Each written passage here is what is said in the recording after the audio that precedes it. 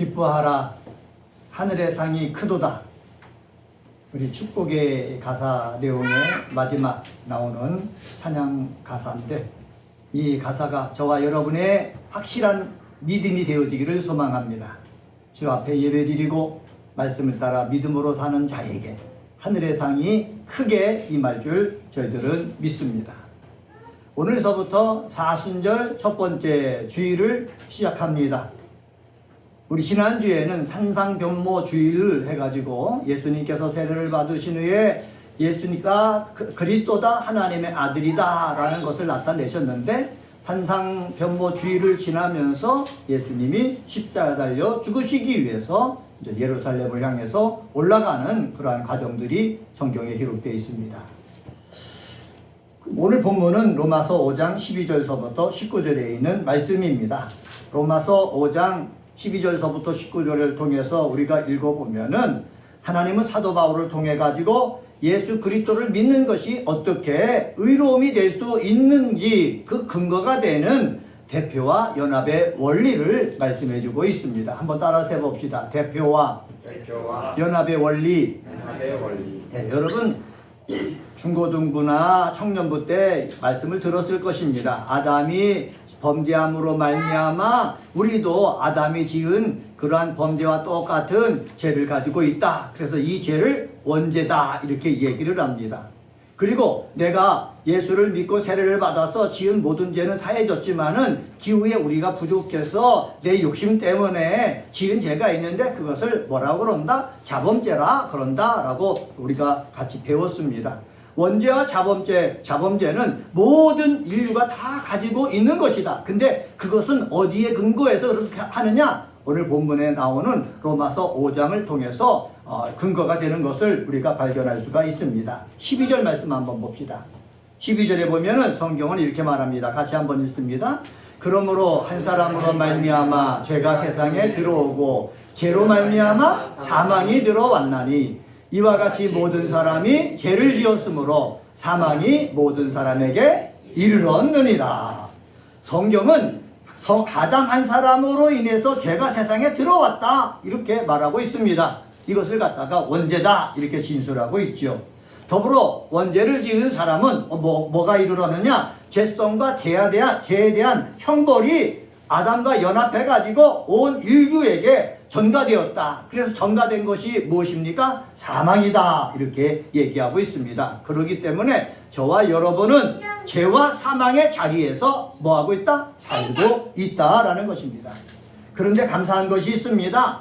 죄와 사망의 자리에 살고 있는 저와 여러분을 위해서 하나님께서 계획을 가지신 거예요. 하나님께서 뜻을 가지신 거예요. 그것은 바로 뭐냐? 하나님의 독생자인 예수를 보내가지고 우리의 죄와 사망의 문제를 어떻게 하기를 원하신다? 해결해 주시기를 원하셨다라는 거예요. 그래서 예수님이 오셔가지고 십자가에 달려 죽으심으로 우리를 죄와 사망의 자리에서 하나님의 은혜와 또 하나님이 주시는 그 선물의 자리로 옮기셨다라고 성경은 말씀하고 있는 것입니다. 한번 사랑하는 그리스도인들에게 물어보겠습니다. 여러분은 지금 죄와 사망의 자리에서 살고 있습니까? 아니면은 하나님의 은혜와 예수의 은혜로 주신 그 생명이 왕노릇하는 그러한 자리에 살고 있습니까? 한번 내가 어디서 살고 있는가 한번 되돌아보면서 우리 스스로 죄와 사망의 자리에서 은혜의 자리로 옮겨가는 믿음의 사람이 되어지기를 소망합니다. 그래서 말씀의 제목을 죄와 사망의 자리에서 은혜의 자리로 이렇게 정했습니다. 한번 따라서 해봅시다. 죄와 사망의 자리에서 은혜와 선물의 자리로, 죄와 사망의 자리에서 은혜와 선물의 자리에 앉고 그렇게 사는 저와 여러분이 되기를 주의 이름으로 간절히 축원합니다. 그러면 첫 번째로 12절서부터 14절, 17절 상반절을 통해서 하나님께서 바울을 통해서 말씀하신 것이 있습니다. 그것은 바로 뭐냐? 죄와 사망이 왕노릇하는 자리에 저와 여러분이 있었다라는 것입니다. 한번 따라서 해봅시다. 죄와 사망이 왕노릇하는 자리에 내가 있었습니다. 죄와 사망이 왕노릇하는 자리에 누가 있었다는 거예요? 내가 있었다는 거예요. 내가 죄를 짓지 않은 것 같아서도 아담이 범죄함으로 말미암아 원죄가 나에게 있는 거예요.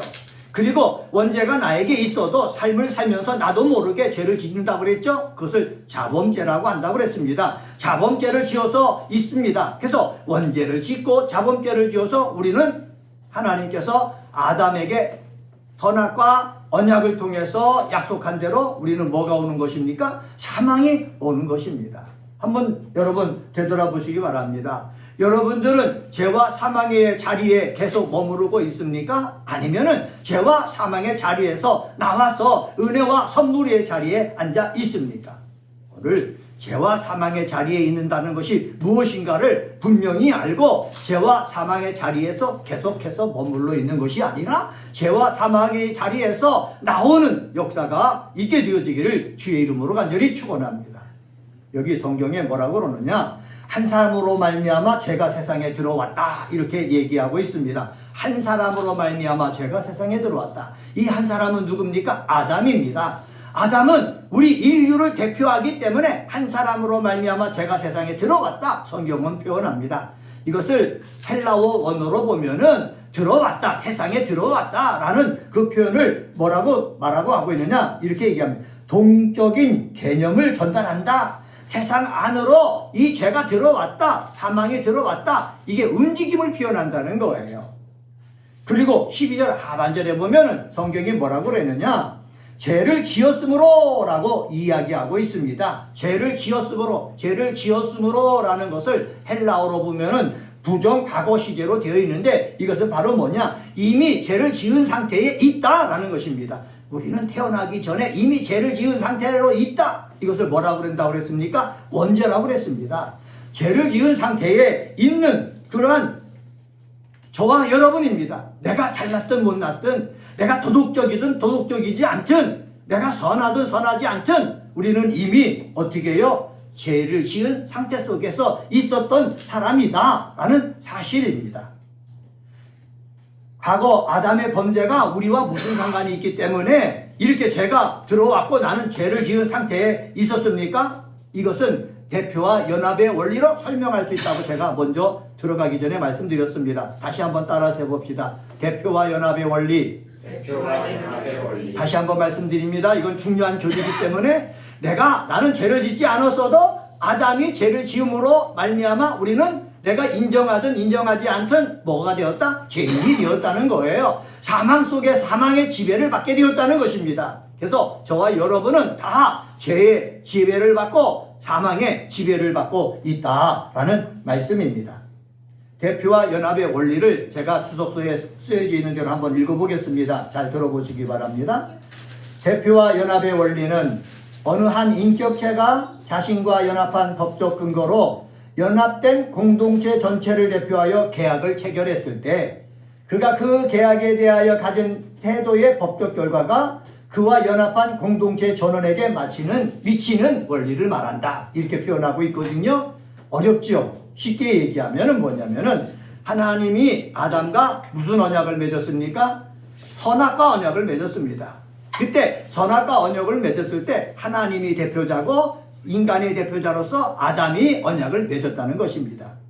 이 언약을 지킬 경우 아담도 영생과 영복의 보장을 받습니다. 아담만 영복과 영생의 보장을 받습니까? 아닙니다. 그에 따른 많은 사람들이 영복과 영생의 그러한 보장을 받을 것입니다. 그런데 아담이 하나님의 말씀을 순종하지 못하고 어겼습니다. 불이행했습니다. 그래서 이 선악과 언약이 깨어졌습니다. 깨어진 것에 대한 죄와 사망의 지배가 누구에게 미친다? 저와 여러분에게 미치고 있다라는 것입니다. 그래서 12절 하반절에 보면은 뭐라고 그러느냐? 모든 사람이 뭐를 지었다? 죄를 지었다. 모든 사람이 죄를 지었기 때문에 어디에 이르지 못한다? 하나님의 영광에 이르지 못한다. 로마서 3장 23절에 말씀하고 있습니다. 하나님의 영광에 이르지 못하고 모든 사람이 죄를 지었기 때문에 어떤 일이 벌어졌느냐? 14절 말씀 보세요. 14절에 보면은 그러나 아담으로부터 모세까지 아담의 범죄와 같은 죄를 짓지 아니하는 자들까지도 사망이 뭐했다? 왕노릇했다. 사망이 왕노릇했다 말씀하고 있습니다. 17절 상반절 보면은 이렇게 말씀합니다. 17절 상반절에 보면은 한 사람의 범죄로 말미암아 사망이 그 한 사람을 통하여 뭐했다? 왕노릇했다. 그러니까 아담이 죄를 지음으로 말미암아 죄악과 사망이 우리 삶 속에서 왕노릇하고 있다는 거예요. 왕노릇이 무엇입니까? 지배한다는 것입니다. 저를 지배하고 세상 많은 사람들을 지배하고 있다는 것입니다. 그래서 우리가 제일 먼저 인정해야 될 것이 있는데 그것은 바로 뭐냐? 죄와 사망의 자리에 내가 거기서 있다, 지배받고 있었다. 이것을 먼저 뭐 할 줄 알아야 된다? 인정할 줄 알아야 되는 것입니다. 인정할 줄 알 때에 이 죄와 사망의 자리에서 우리가 벗어나려고 애쓸 수가 있는 거예요. 죄와 사망이 나의 삶 속에 들어와서 왕노릇한 것에서 벗어나려고 하는 저와 여러분이 되어지기를 주님의 이름으로 간절히 축원합니다. 두 번째로 15절에서부터 19절을 통해서 찾아볼 수 있는데 그것은 바로 뭐냐? 은혜와 의의 선물을 넘치게 받는 자리가 있다라는 사실입니다. 한번 따라서 해봅시다. 은혜와 의의 선물을 넘치게 받는 자리가 있습니다. 네, 성경을 통해서 하나님께서 바울을 통해서 우리에게 말씀하시기를 아담이 범죄함으로 말미암아 죄와 사망이 왕노릇하는 자리가 생겨나서 우리가 거기에 지배를 받았는데 하나님께서 예수님을 보내주셔가지고 은혜와 의의 선물이 넘치게 하는 그 자리로 우리를 옮기셨다라는 사실입니다. 은혜와 의의 선물을 넘치게 받는 자리로 옮겼기 때문에 저희들은 주일날이지만은 이곳에 와서 뭐를 드리는 것입니까? 하나님 앞에 예배를 드리는 것입니다. 예배를 드리고 또 말씀을 붙잡고 믿음으로 살고 찬양하며 살고 기도하며 살고 그리고 하나님의 영광을 드러내면서 사는 것입니다. 왜? 은혜와 의의 선물을 넘치게 받은 우리들이기 때문에. 그런데 어떤 은혜를 어떻게 받았느냐? 한번 우리 성경을 주는 대로 우리 세 가지 간단하게만 살펴보도록 하겠습니다. 먼저 15절 말씀 봅시다. 15절 말씀 보면은 이렇게 말합니다. 그러나 이 은사는 그 범죄와 같지 아니하니 곧 한 사람의 범죄로 인하여 많은 사람이 죽었은즉 더욱 한 사람의 은혜와 또 한 사람 예수 그리스도의 은혜로 말미암은 선물은 많은 사람에게 뭐했다? 넘쳤느니라. 여기 보면은 그러나 이 은사는 이라고 말씀하고 있습니다. 이 은사 그 다음에 여기 보면은 더욱 하나님의 은혜와 또한 한 사람 예수 그리스도의 은혜로 말미암은 선물은 많은 사람에게 어떻게 했다고 했습니까? 넘쳤다라고 말씀하고 있습니다.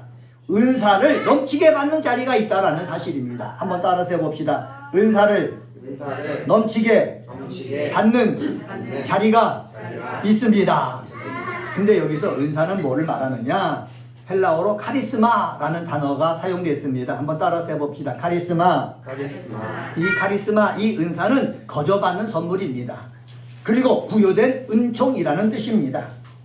이것은 오직 하나님으로부터만 오는 선물을 가리킵니다. 한번 따라서 해봅시다. 하나님으로부터만 오는 선물. 하나님으로부터만 오는 선물을 갖다가 뭐라 그런다고요? 은사라 그럽니다. 그러면 이 은사가 무엇입니까? 저와 여러분이 늘 말하는 영생이 바로 이 은사다라는 것입니다. 한번 따라서 해봅시다. 영생. 예, 은사, 카리스마라는 단어를 통해서 하나님이 바울을 통해서 나타내려고 하고 있는 것이 있는데 그것은 바로 뭐냐? 영생이라는 거예요. 다시 말하면은 은사를 넘치게 받는 자리라는 말은 뭐냐? 영생을 넘치게 받는 자리가 있다는 사실입니다.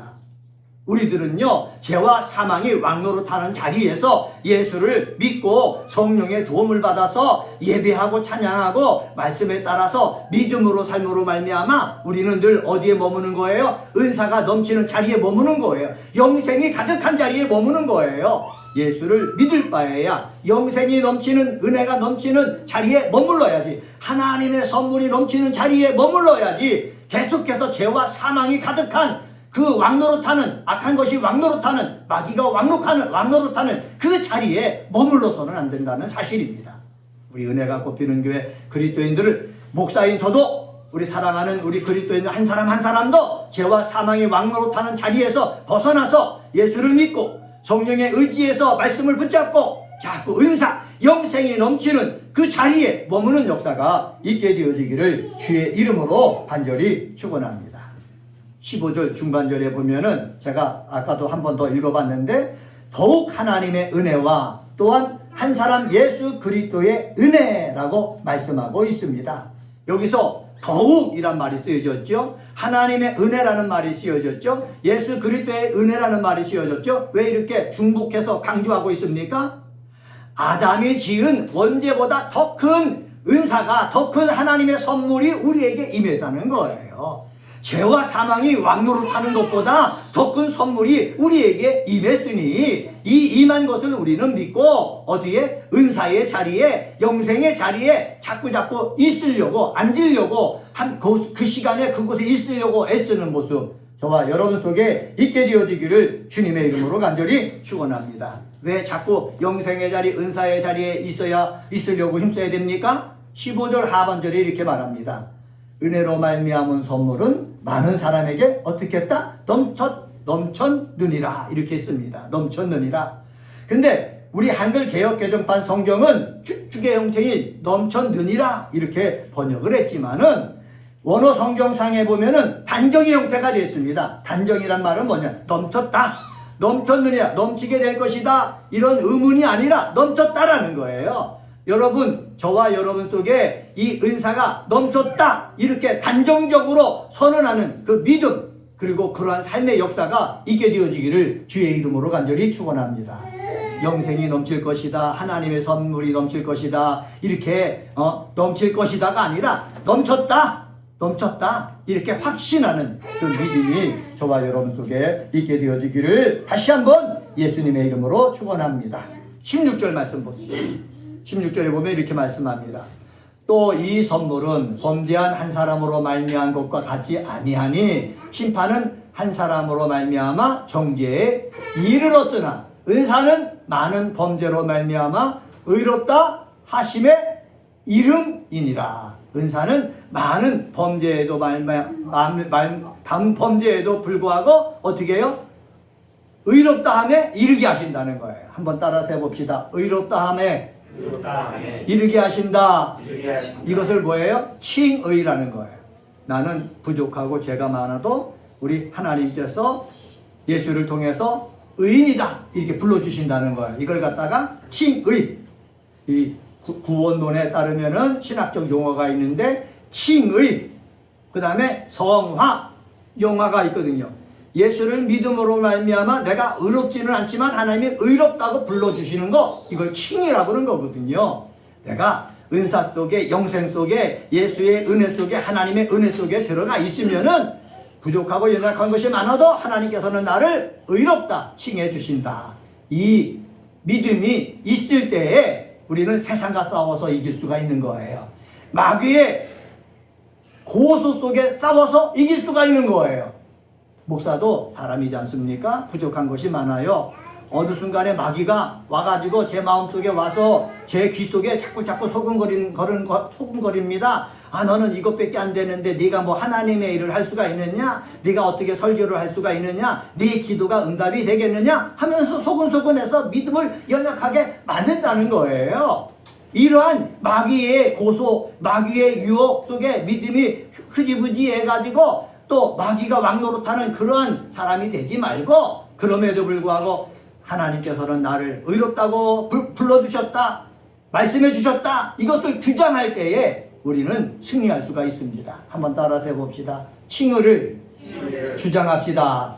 다시 한번 칭의를 주장합시다. 내가 부족한 것이 많아도 하나님이 나를 의롭게 하셨다. 이것을 주장할 수 있어야 되는 거예요. 주장할 수 있을 때 우리는 이 주장할 때 이 믿음 가지고 어떻게 하는 것입니까? 우리는 천국에 가는 거예요. 기도 응답하는 거예요. 우리의 삶이 예수 믿기 때문에 많은 세상 사람들로부터 비교할 때에 그렇게 특별하게 나은 삶을 살지는 못할지라도 하나님께서 나를 그럼에도 불구하고 의롭게 하셨다는 거예요. 돈이 많지 않아도 하나님께서 나를 의롭게 하셨다. 내가 그렇게 잘 나가지 않았어도 하나님께서 나를 의롭게 하셨다. 의롭게 하신 것이 너무너무 감사하다. 이것을 당당하게 내세울 때 마귀나 세상에 겉에 힘 있는 것들이 우리를 어떻게 하지 못한다? 어찌하지 못한다 라는 사실 기억하시기를 주님의 이름으로 간절히 축원합니다. 17절 하반절을 통해서 두 번째로 또 우리에게 말씀해 주시는 것이 있는데 그것은 바로 뭐냐? 생명이 왕노릇하는 자리에 있어야 된다. 한번 따라서 해봅시다. 생명이 왕노릇하는 자리. 예, 왕노릇하는 자리에 있어야 된다. 17절 하반절 말씀 한번 봅시다. 17절 하반절에 보면은 더욱 은혜와 의의 선물을 넘치게 받는 자들은 한 분 예수 그리스도를 통해서 생명 안에서 뭐한다? 왕노릇 하신다 라는 거예요. 생명 안에서 왕노릇 하리로다 말씀하고 있습니다. 예수가 오기 전에 저와 여러분은 사망의 지배를 받았습니다. 사망이 모든 사람 위에 군림하며 왕노릇 했습니다. 하지만 예수님이 오셔서 사망의 세력을 잡은 자인 마귀를 어떻게 멸하셨습니다. 이제 상황이 완전히 바뀌게 된 거지요. 누구든지 예수를 믿는 사람들은 더 이상 사망의 지배를 받지 않고 도리어 생명 안에서 왕노릇하게 된 것입니다. 그런데 자꾸 이것을 우리가 자꾸 흐지부지 하는 거예요. 잊어버리는 거예요. 옛날 것만 생각하는 거예요. 아, 마귀란 놈이 사망에 왕노릇하고 있구나. 거기에 붙잡혀 사는 거예요. 여기에 붙잡히지 말고 우리는 자꾸 내 마음을 어디다 두어야 된다고요? 생명이 왕노릇하는 곳에 내 마음을 자꾸 둬야 되는 거예요. 그럴 때 우리는 이 세상의 악한 것과 싸워 승리할 수가 있습니다. 제가 이전에 기도하고 병든 자를 위해서 신방 가서 기도할 때도 기도했던 내용 가운데 있는데 제가 여러분한테 설교할 때도 말씀드린 것이 있을 것입니다. 몸에 병이 생겼다는 것이죠. 병이 생겼을 때 하나님, 예수님은 생명이 근원이신데 예수님이 주시는 생명이 저 속에 있는 암덩이보다 더 강해지고 더 많아져서 암덩어리를 물리치게 하여 주시옵소서. 그렇게 많이 기도했습니다. 몸에 혈액암이 걸린 그러한 집사님을 찾아가서 하나님, 혈액 속에 이 혈액이 썩어가는 것보다도 하나님 예수님의 생명이 그 혈액 속에 흘러가지고 더러운 것을 다 내보내게 하여 주시옵소서 강력하게 선언하면서 기도했습니다. 병들었을 때도요, 우리는 어디의 자리에 머물러야 되는 것입니까? 생명의 자리에 머물러야 되는 것입니다. 이것은 하나님이 우리에게 주신 선물이기 때문에 그렇습니다. 내가 삶을 살다가 환란 속에 어두운 터널 속에 있을 때도 많습니다. 그럴 때 우리가 외쳐야 될 것이 있습니다. 하나님, 내가 터널 속에 있어서 앞이 캄캄하고 아무것도 보이지 않더라도 나는 악의 자리, 저주의 자리가 아니라 생명의 자리에 제가 머무르기를 원합니다. 자꾸 고백을 해야 되는 것입니다. 생명의 자리에 머무를 때에 성령께서 역사하시고 생명의 자리에 머무를 때에 말씀이 역사해 주셔가지고 정말로 하나님이 살아계시다 라는 증거가 누구를 통해서? 저와 여러분을 통해서 나타나게 될 것입니다. 그래서 사망이 나에게 왕노릇하는 것이 아니라 생명이 나에게 왕노릇할 수 있도록 그렇게 외치고 고백할 수 있는 저와 여러분이 되시기를 주의 이름으로 간절히 축원합니다. 한번 따라서 해봅시다. 생명이 나에게 왕노릇하게 하자. 이 생명은 누굴 가르쳐요? 예수를 가리키죠. 예수 그리스도께서 나는 길이요 진리요 생명이라고 말씀했지 않습니까? 예수님이 나에게 왕노릇할 때에 사탄의 세력이 물러가고 죄의 세력이 물러가고 나를 죽이려고 하는 그 병의 세력이 물러가고 나를 죽이려고 하는 악한 권세를 가진 나의 세력이 물러가 버린다 라는 사실을 기억하시기를 바랍니다. 세 번째로 18절서부터 19절을 통해서 찾아볼 수 있는데 예수로 의인이 되는 자리가 있습니다. 한번 따라서 해봅시다. 예수로 의인이 되는 자리. 18절 말씀 보면 이렇습니다. 그런즉 한 범죄로 많은 사람이 정죄에 이른 것 같이 한 의로운 행위로 말미암아 많은 사람이 의롭다 하심을 받아 생명에 이르렀느니라. 많은 사람이 의롭다 하심을 받아 생명에 이르렀느니라. 이 많은 사람이 의롭다 하심을 받아 이거 누굴 통해서 되어진 것입니까? 아까도 조금 전에도 말씀드렸죠. 예수를 통해서 되어진 것입니다. 예수께서 말씀하셨습니다. 요한복음 14장 6절에 보면은 내가 곧 길이요 진리요 생명이니 나로 말미암지 않고는 아버지께로 갈 자가 없다 말씀하셨거든요. 예수로 말미암아 우리는 뭐가 되는 거예요? 의인이 되는 거예요. 의인이 돼서 어디에 가는 거예요? 아버지께로 가는 거예요. 아버지께 갈 때 죄가 많으면은 아버지 앞에 갈 수가 없습니다. 왜? 거룩한 아버지 앞에 다가가는 사람은 죽을 수밖에 없기 때문에 그렇습니다. 조금 전에도 말씀드렸지만은 예수께서 나를 칭의 의인이라고 불러주시는 이유가 있습니다. 그것은 바로 뭐냐? 하나님 앞에 가까이 가실 수 있도록. 한번 따라서 해봅시다. 예수께서 나를 의인이라고 부르신 이유는 하나님께 가까이 가도록 하기 위해서다. 네, 그렇습니다.